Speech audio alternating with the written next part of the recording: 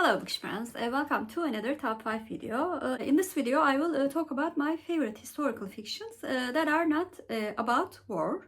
This idea actually came to me when I watched For the Love of Stories video about this subject. I will link her video down below. So let's see which books that I consider favorite that are not dealing with war or its effects.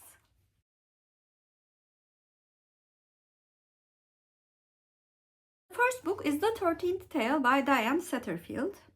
This book follows Margaret Lee, a reclusive biographer invited to record the life of the mysterious and famously untruthful novelist Vida Winter, as Vida recounts her dark past, set in a very old and decaying estate, abandoned twins, and buried secrets. Margaret and we as the reader are involved in a gothic story. This book actually grew more and more on me after I finished reading the book. While I was reading the book, I wanted to be more feeling towards the character. But like I said before, as the time passed, I really admired the clever plot twists and the way the story is told more and more. It is a very good historical fiction story if you also like a bit of mystery in it.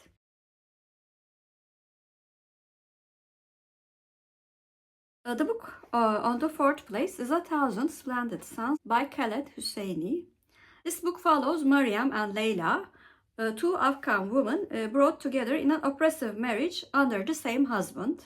Set against the unrest in Afghanistan, their relation evolves from mistrust to a deep sacrificial friendship as they endure abuse, loss, and hardship. This book can be the book that I cried the most among the books that I've read. It touched me so much on an emotional level. Though there is a background of unrest and civil war, the most important part of this story is the relationship between two women, which changes over time, and it is a bit devastating book to read.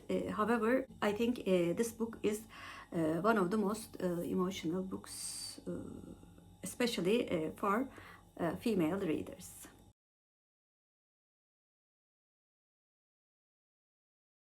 The book on the third place is The Pillars of Earth by Follett. This book is set in a 12th century England and follows the building of a cathedral in the fictional town of Kingsbridge and amid political chaos and civil war. The story weaves together the lives of characters like the visionary Tom the Builder, the resilient Elena, and the ambitious monk Philip as they struggle against betrayal, ambition, and shifting power.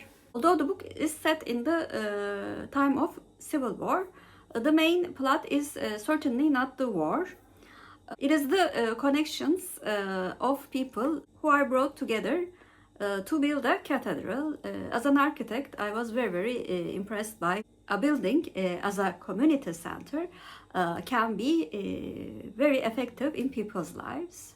I think the antagonist of the story is one of the most evil antagonists in a fictional book. And I was also invested in the goodness of all of the main characters. So this book also is very, very special for focusing on the relationships between the members of a community.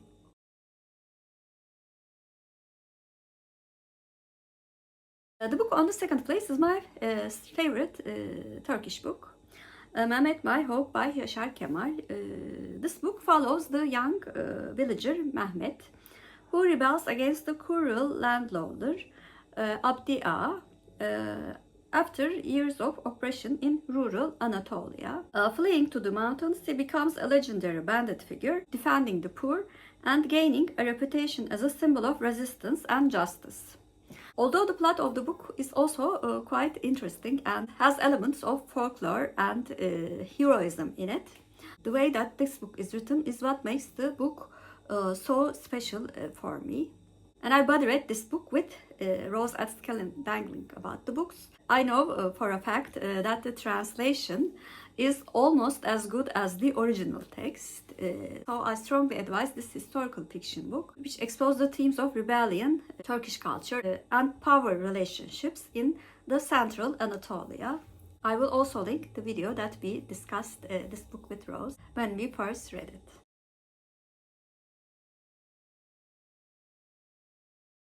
And the book on the first place is To Kill a Mockingbird by Harper Lee. This book is narrated by young Scott Finch, who grows up in the racially segregated town of Macomb, Alabama during the 1930s. Her father, Atticus Finch, is a principled lawyer who defends a black man falsely accused of raping a white woman, which exposes Scott and her brother Jem to the harsh realities of prejudice and injustice. I first read this book in high school, and I thought it was a very well written social justice book.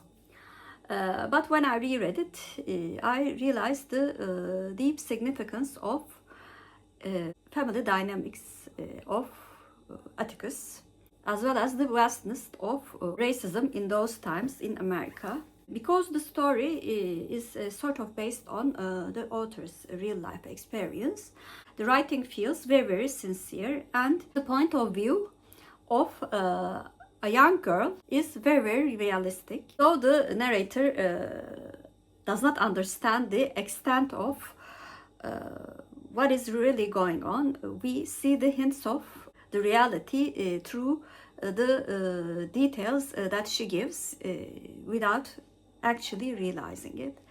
So that's why this book is in the first place, the way that it is so cleverly written. So those were some of my favorite historical fiction books that are not set in war or dealing with the effects of war. Please comment down below what is your favorite historical fiction book that is not about war or its effects. If you're a new viewer, first of all, welcome. Please like and subscribe. Hope to see you very soon. Bye.